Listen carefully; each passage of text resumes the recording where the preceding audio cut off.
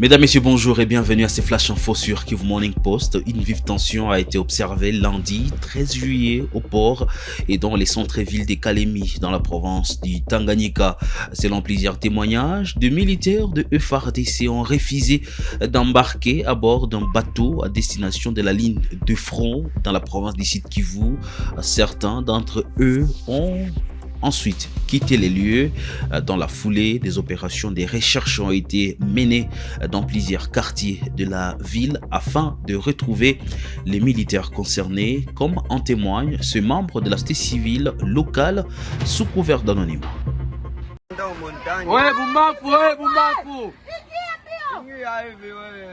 Pita kule ukumbela kule. We. Kawe ka Bumbafu kawe. Wende kwenu kawe. One ule, we utakufa. Na ule batamba. Wapo kama unaanza kukimbia. Ba responsable hapana hata ule. Unafaa free me. Bego unapiga na kupiga mbi. Bigo tout bien grave, non le vent tout bien ici, kupanda kwanza. Maman Non, c'est Kalemi est calme, mais sauf que hier, il y a eu la police militaire qui a procédé à la recherche de tous les déserteurs, ceux qui ont fui la guerre au niveau du Kivu. Alors, comme ces gens-là n'ont pas été méthodiques, ils sont passés au courant de la journée avec tous les déserteurs sur la rue, et puis c'était un matin, alors ça créait une panique incroyable. Mais c'était juste ramasser, donc le ratissage concernait ramasser les déserteurs. Et puis maintenant qu'ils sont internés à la prison centrale en attendant leur nouvelle affectation, je ne sais pas, c'est à quel niveau. Voilà, brièvement, c'est ça, c'est qu'a été la journée d'hier. Mais naturellement, c'est calme, mon frère. Oui, ils étaient très nombreux, très nombreux. Ouais, de toutes les manières, c'est ceux qui étaient à la ligne de fond et qui ont fui la ligne de fond et qui se sont retrouvés ici à Kalemi. Et puis, c'est pas la première fois, ça fait la troisième fois.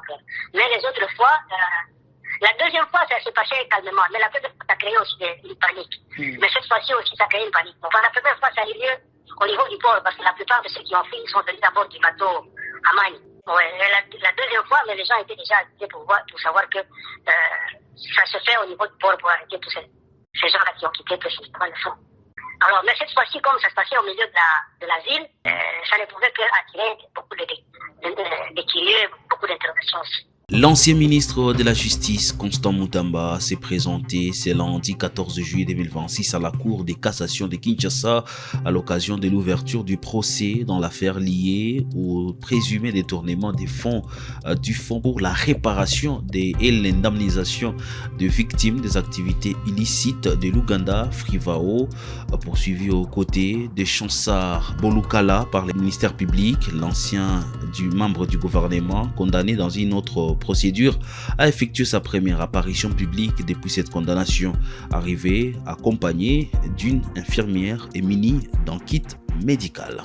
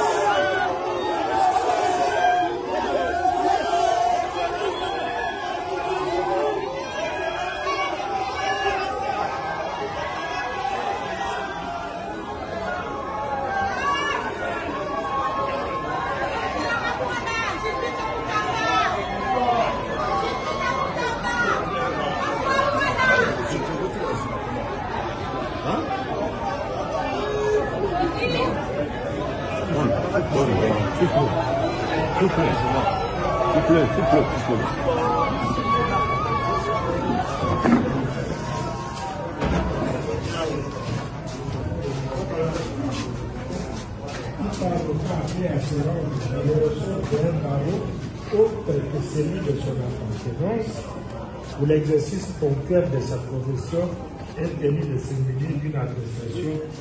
Ce doit, numéro 69 bar 028 du 28 septembre 79, portant organisation du barreau, soit de défenseur judiciaire le pouvoir réglementaire de l'État, l'avocat appelé à se rendre dans le ressort d'un barreau autre que celui de son appartenance, l'exercice ponctuel de sa profession est ce que vous avez cette attestation puisque vous venez de le dire. C'est cela que je disais. Que ici, c'est la Cour de cassation qui n'appartient pas au barreau de la journée. Par vous. Oui. Ça vient de votre partenaire national. Oui, j'ai siégé dans cette pour comprendre cette circulaire-là. J'ai été patrouillé en exercice et j'ai participé à ce débat. Est-ce que vous êtes porteur d'une attestation? La coalition C5 dénonce la mobilisation des foules rémunérées dans les débats politiques en RDC. Les leaders de la coalition article 5 a critiqué le pratique des mobilisations politiques consistant, selon lui, à rémunérer des participants lors de certains rassemblements. Il estime que ces méthodes ne permettent pas de résoudre les problèmes auxquels fait face la République démocratique du Congo et appelle à une plus grande implication du peuple dans le choix politique du pays. Suivez. La politique des foules et la politique des masses marche, elle fonctionne, elle impressionne.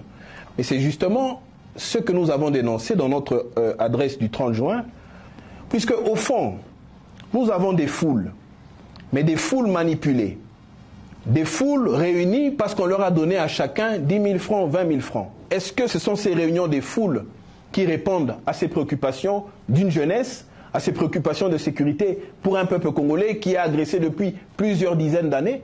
Je ne pense pas. Si cela était la solution, moi je crois que la coalition de l'article 5 ne devrait même pas voir le jour parce que ce serait inutile.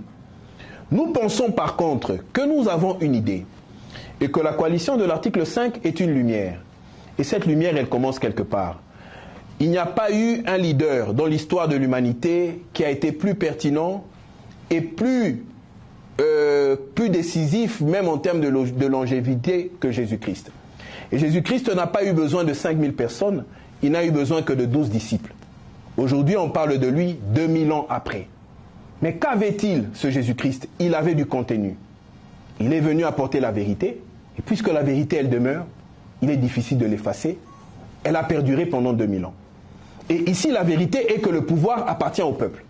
La vérité est que les politiciens doivent arrêter de manipuler les foules pour se donner une notoriété. La vérité est que la population congolaise a le droit de se choisir son destin. La vérité est que les acteurs politiques doivent faire l'effort, doivent prendre la responsabilité désormais de parler non au nom de leurs calculs, mais en respectant le peuple et en pensant à l'avenir de ce peuple qui doit décider de son destin. C'est ça notre démarche. Dans le Haut-Katanga, le gouvernement provincial affirme que la situation sécuritaire reste globalement sous contrôle malgré la persistance de certains actes de criminalité dans les grandes agglomérations. Lors de la réunion du Conseil des ministres tenue jeudi dernier, le ministre provincial de l'Intérieur et de la Sécurité a indiqué que plusieurs mesures ont été arrêtées pour renforcer la sécurité des personnes et de leurs biens.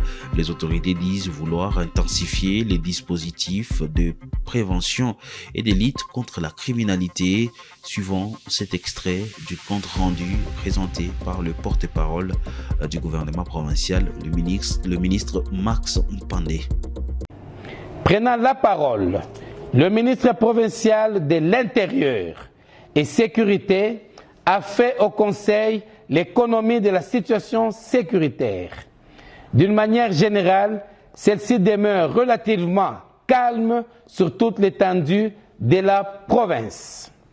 Au sujet du maintien de l'ordre public, des mesures en vue de renforcer davantage la couverture sécuritaire ont été prises par le Conseil afin de juguler la recrudescence de la criminalité dans les grandes agglomérations au regard des statistiques concoctées à partir des rapports des différents services de sécurité. 3. Et c'est la fin de ces Flash Info. Mesdames, Messieurs, merci à vous de l'avoir suivi.